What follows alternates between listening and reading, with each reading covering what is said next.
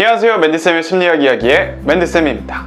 여러분은 정신없이 바쁠 때 어떻게 대응하시나요? 일이 들어온 것부터 처리하세요? 아니면 쉬운 것부터? 한 번쯤은 일이 너무 많고 급해서 당황하고 좌절해본 경험이 있을 겁니다. 또 제대로 해내지 못해서 곤란했던 경험들도 있을 거고요. 그렇다면 세상에서 제일 바쁘고 제일 급박한 일을 처리한 사람은 누굴까요? 소방관? 경찰관? 아니면 주식 트레이드하는 사람들? 그 누구보다 응급실 담당 의사일 겁니다. 오늘은 응급실 의사로부터 배우는 미치게 바쁠 때에도 일을 처리하는 법에 대해서 다루어 보았습니다.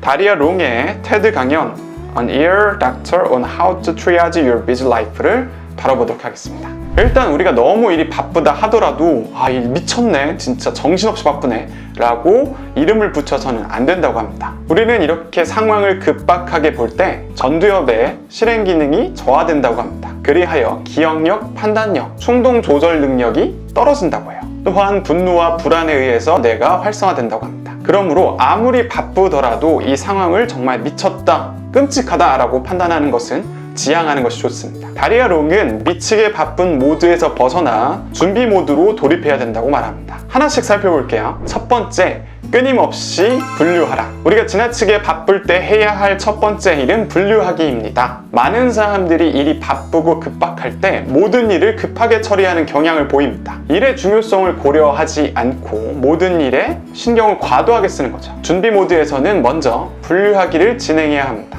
이 분류는 다음과 같은 색깔로 구분할 수가 있어요. 빨간색은 매우 급하고 중요한 일, 노란색은 중요하긴 하나 급박하진 않은 일, 초록색은 경미한 일입니다. 우린 정신없이 일할 때 모든 일에 빨간 딱지를 붙여서 일을 한다고 합니다. 그래서 여기서 중요한 거는 어떤 게 초록색이고 어떤 게 빨간색인지를 구분해야 되는데 가끔은 이게 되게 헷갈릴 때가 있다고 합니다. 이 병원을 예시로 들면 어떤 사람이 계속 소리를 지르고 아프다고 하면 그 사람이 제일 중요한 것처럼 보이지만 사실은 천식 환자가 소리를 내지 않고 조용히 숨을 걷어가는 게 더 중요한 일일 수 있죠. 우리 삶에서도 소리는 나지 않지만 더 중요한 일들이 있을 수 있습니다. 그래서 그런 부분들에 대해서 주의 깊게 바라보고 중요성을 점검해야겠죠. 여기에 더해서 우리는 검은색이라고 색깔을 붙여야 하는 것도 있습니다. 이 검은색은 뭐냐면 우리가 바꿀 수 없는 일, 지금 당장은 어차피 해결할 수 없는 일들을 뜻합니다. 우리가 받아들여야 할 일들에 대해서는 다른 생각하는데 에너지를 쏟지 말고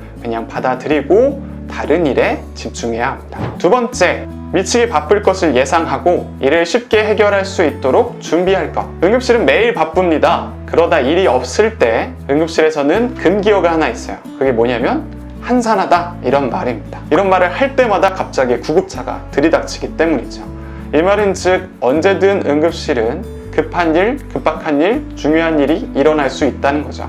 우리의 삶도 마찬가지입니다. 가끔은 여유로움이 나타날 때도 있지만 대부분은 바쁘고 급박한 일들 투성이죠. 그렇기에 우리는 이 바쁨에 대비하고 급박한 일이 발생함을 대비하기 위해서 다른 영역들에 대해서 에너지 쏟는 것을 줄여야 됩니다. 여기에는 세부적인 4가지 팁이 있습니다. 빠르게 훑어볼게요. 첫 번째는 계획하기. 미리 어떤 일이 발생하기 전에 어떻게 할 것인지를 계획하는 것이 중요합니다.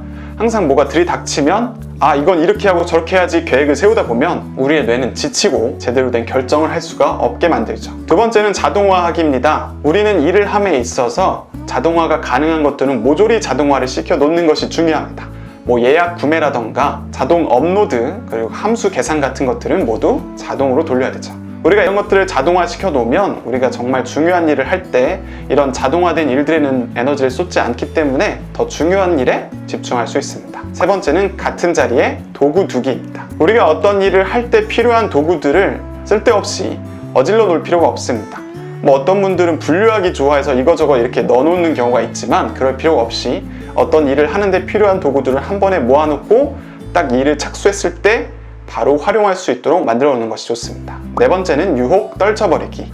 우리의 의지를 믿지 말고 환경을 믿어야 합니다. 실제로 초콜릿을 먹기 힘들게 배치했을 경우에는 참여자의 70%가 초콜릿을 먹는 양이 줄었다고 합니다. 그러니까 우리의 집중력을 흐트러뜨리는 유혹의 요소들을 없애거나 저 멀리에 두는 것이 필요하죠. 세 번째, 다른 사람에게 적극적으로 집중할 것. 우린 일이 너무 많고 급박하게 돌아갈 때는 패닉 상태에 빠지고 두려움에 빠질 가능성이 높습니다. 그럴 때 우리의 내면 속에서는 지속적으로 불안과 부정적인 생각들을 만들어내죠. 의외로 이럴 때 필요한 것은 동정심입니다. 의도적으로 앞에 있는 사람을 보고 그 사람이 어떤 것이 필요하고 어떻게 도와줄 수 있는지에 대해서 집중해야 합니다. 연구에 따르면 뇌를 활성화해서 동정심을 가지면 자기 자신에게서 벗어나 내면의 독백을 끝낼 수 있다고 합니다. 인식을 나에게서 타인으로 옮기고 밖으로 넓히면 더 많은 정보와 더 많은 가능성을 탐구하고 더 좋은 결정을 내릴 수가 있다고 합니다.